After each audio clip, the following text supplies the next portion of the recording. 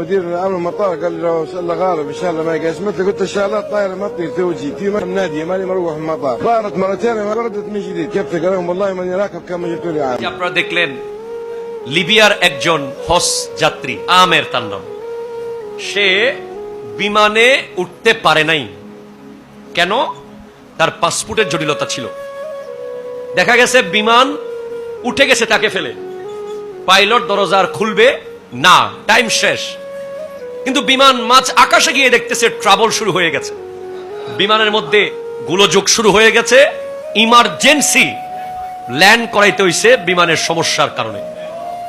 Land করার পরে ইঞ্জিনিয়াররা সবকিছু দেখে চেক করে দিয়েছে, এবারও আমেরকে তোলা হয় নাই। ইতোমধ্যে এয়ারপোর্টের যারা দায়িত্ববান তারা বলছে, ভাই আপনার নসিবে বোধহয় এবার হজ নাই, যান আপনি বাসায় চলে যান, ভবিষ্যতে কোনোদিন যাবেন।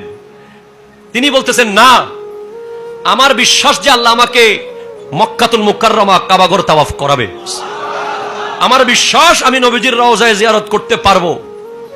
ওনার ইমানের জোর, এতেকাদ, নির্ভরশীলতা, বিশ্বাস, সেকেন্ডবারও বিমান ওনাকে না নিয়ে উঠে গেছে।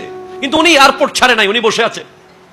ওনার পাসপোর্ট জটিলতা কিন্তু ঠিক হয়ে গেছিল, টাইম দেরি হয়ে গেছে যে মূলত। এরপরে আবার বিমান উপরে উঠে দেখে ঠিক আগের জায়গায় গিয়ে আবার ডিস্টার্ব শুরু।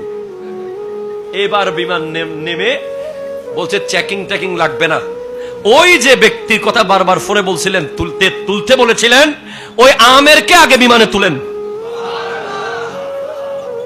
সাথে সাথে এয়ারপোর্ট কর্তৃপক্ষ ওই হাজিকে যখন বিমানে তুলল, আলহামদুলিল্লাহ ওই বিমান সরাসরি জেদ্দা এয়ারপোর্টে গিয়ে নেমে গেছে। ওমাই ইয়াতাওয়াক্কাল আলাল্লাহ ফাহুয়া হাসবু, জোরে বলেন সুবহানাল্লাহ। খাজা সিরিকুটি রহমতুল্লাহ যখন মজমুয়ে সালাওয়াত রাসূল ছাপাইয়া পাকিস্তানে নিয়ে যাবেন পিআইএ, তখনকার ফ্লাইট উঠবেন, অনেকগুলো কার্টুন ছিল, কোনো মতে বিমান কর্তৃপক্ষ তোলে না। হয় হুজুর আপনি উঠেন, এতগুলো কার্টুন আমরা নিতে পারবো না। তখন উনি তো আওলাদে রসুল, হুজুর ওলি আল্লাহ মানুষ, কিছু বলে নাই।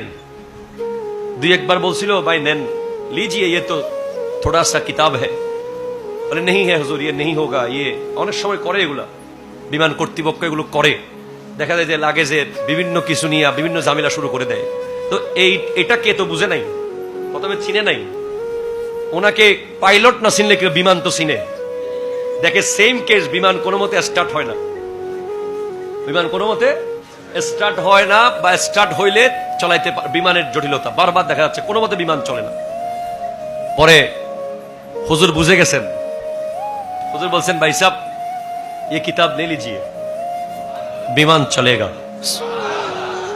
যখন মজমুয়ে সালাওয়াত রাসূলের কার্টুনগুলো বিমানে তোলা হলো, সাথে সাথে বিমান স্টার্ট করা শুরু করে দিয়েছে।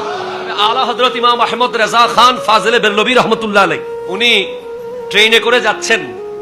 যাওয়ার সময় ওই বেরেলি শরীফের আগে একটা স্টেশন আছে, মুরাদাবাদ স্টেশন, ট্রেন ওখানে থেমেছে। আলা হযরত মাগরিবের নামাজ পড়তে নেমে গেলেন। মাগরিবের নামাজ পড়তেছেন স্টেশনে চাদর বিছাইয়া খাদেমদেরকে নিয়ে। এখন ট্রেন সময় দিছে কিছুক্ষণ, আপনার ট্রেনের সময় কতক্ষণ থাকবে, প্যাসেঞ্জার নিয়ে চলে যাবে। ট্রেন প্যাসেঞ্জার নিয়ে নিছে, নিয়ে নেওয়ার পরে স্টার্ট দিছে। ওখানে যে একজন মানুষ নামাজ পড়তেছে, হুজুর ওইদিকে আর খেয়াল টিয়াল করে নাই, চলা শুরু করে দিছে ট্রেন। দেখে ট্রেন কোনো মতে সামনে যায় না, স্টার্ট দিছে, কোনো মতে ট্রেন সামনে যায় না, কিন্তু পিছনে যায়। ট্রেন যদি ডিস্টার্ব হয় ইঞ্জিনে, তাহলে সামনে তো যাবে, পিছনেও যাবে। এখন ইঞ্জিন পিছনের দিকে চলতেছে, সামনের দিকে কোনো মতে যায় না। পরে অনেক দেখলো কোনো গোলযোগ পাওয়া যাচ্ছে না। কতক্ষণ পরে আলা হযরত তো খেয়াল করেন নাই, কারণ উনি মাগরিব পড়লেন, আওয়াবিন পড়লেন, ইবাদত বন্দেগী করতেছেন। ট্রেন থাকবে, আর ট্রেন যে থাকবে এটা উনিও জানেন, ট্রেনে যাওয়ার সম্ভাবনা নাই এটা উনিও জানেন। কতক্ষণ পরে ট্রেনের থেকে পাইলট, যে ট্রেন চালায়, ট্রেনের চালক, জানলা দিয়ে দেখতেছে, বলে উস বুজুর্গো কো লে লিজিয়ে। ওনাকে ট্রেনে তুলেন, ওনার সবাইকে তুলেন। যেই মাত্র আলা হযরত আজিমুল বরকত ইমাম আহমদ রেজা খান ফাজিলে বেরলভী রহমতুল্লাহ আলাইহি ট্রেনের মধ্যে উঠে গেছেন, সাথে সাথে ট্রেন চলা শুরু করে দিয়েছে। ওই স্টেশন যিনি ড্রাইভার ছিল ট্রেনের, মাস্টার, ওনার বাড়ি ছিল লন্ডন, তখনকার ব্রিটিশ আমলের কথা। ওই লোক পরিবার সহ গিয়ে আলা হযরত ইমাম আহমদ রেজা খান ফাজলে বেরলভী রহমতুল্লাহ আলাইহির কাছে গিয়ে ইসলাম গ্রহণ করেছেন।